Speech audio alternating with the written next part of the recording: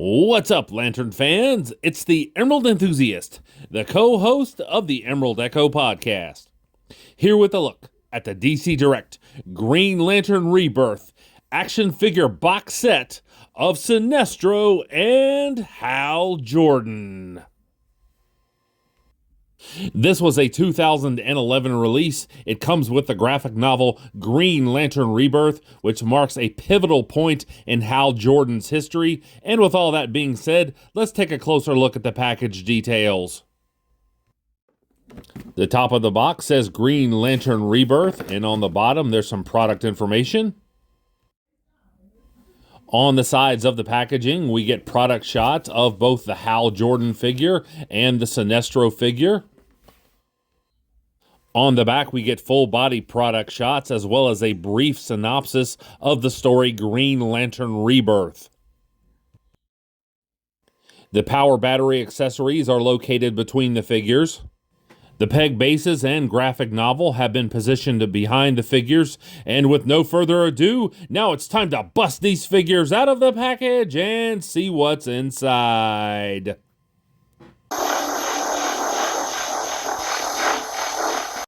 Here's a look at the inner cardboard tray. The colors aren't my favorite, but that still might be something that you could use for a diorama.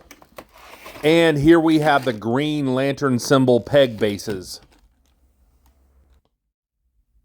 Here are the two figures free of the outer packaging, but still bound to the inner plastic. Here is a look at the personal power battery accessories.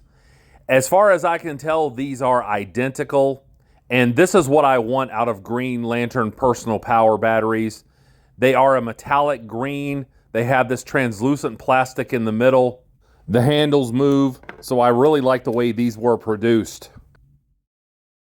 And here we see Hal Jordan and Sinestro out of the package and ready to rumble.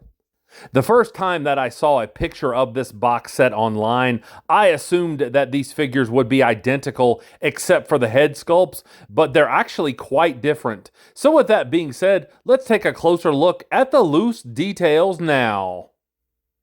Let's start by looking at the boots, and this might be your first clue that the Sinestro figure is a better figure in a lot of ways.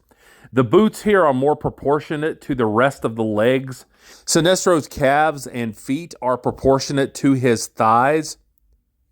There's good sculpting on this, and you can see that back here on the calf muscles. But when it comes to the Hal Jordan figure, the lower part of the legs are thinner and smaller than they need to be. Here's a side-by-side comparison of the two lower bodies, and I think you can see that Sinestro's legs are more in proportion with the rest of the figure.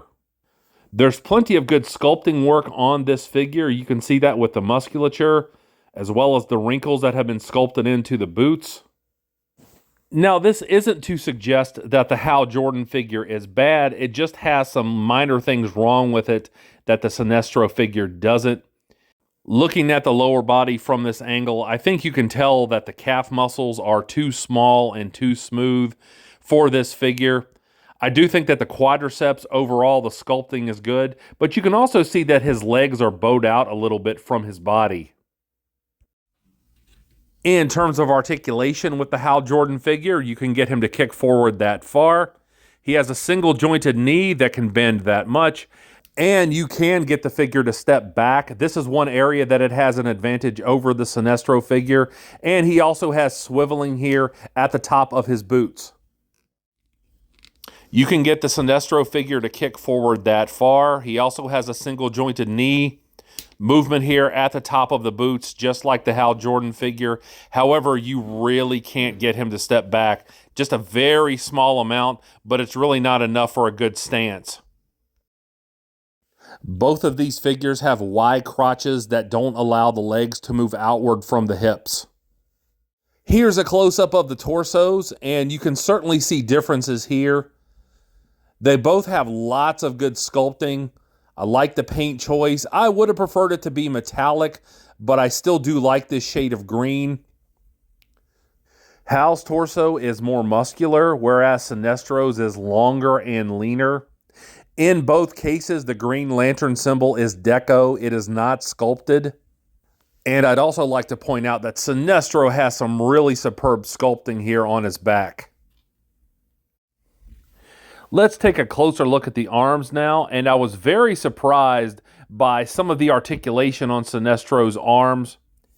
As you can see, there's plenty of good sculpting here, but Sinestro also has a bicep swivel, and this is not standard for DC Direct figures at the time. This extra joint is very helpful in getting the figure into good ring slinging poses, so I certainly appreciate this extra bit of articulation. Both shoulders on the Hal Jordan figure feature 360 degrees of rotation, but you can only get the arms to lift outward from the torso this much. He does have a swivel here at the top of the gloves, so I do appreciate that, but I really would have liked the bicep swivel on this figure as well. Here's a close-up of the rings, and I appreciate the sculpting on both. The paint application is better on Hal's ring, whereas the size of the ring is more accurate on Sinestro's, and I really appreciate the fact that Sinestro's ring is on his left hand. So overall, I think that DC Direct did an adequate job here. Let's have a closer look at the head sculpts now, and I really like the overall shape of this Hal Jordan head. You can see the lips have been sculpted well. I really like the way that the hair has been sculpted. That's very indicative of Hal Jordan. There's a look at the back. The jawline has been sculpted well. I like the shape of the mask, as well as the white eyes. In terms of articulation, you can get him to look side to side easily. He doesn't look up, but you can get him to look down somewhat. And there is a very slight degree of head tilting on this figure. The head sculpt on this Sinestro figure is outstanding. I really like the expression. This smirk suggests that he knows something you don't. I like the coloring here, the shape of the mask. All of that looks excellent, as well as this oversized cranium. This huge forehead really reminds me of the Silver Age Sinestro.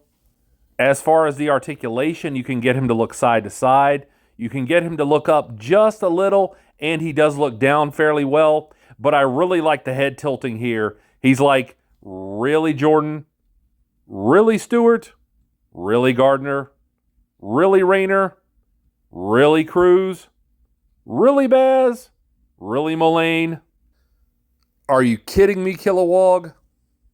There is one last thing that I need to point out in this review. I've often seen collectors complain that the cover of the graphic novel is damaged. And this isn't an isolated incident. There seem to be very similar patterns of damage. It might well be the inner plastic tray sticking to the cover, so be aware of that if you purchase this box set.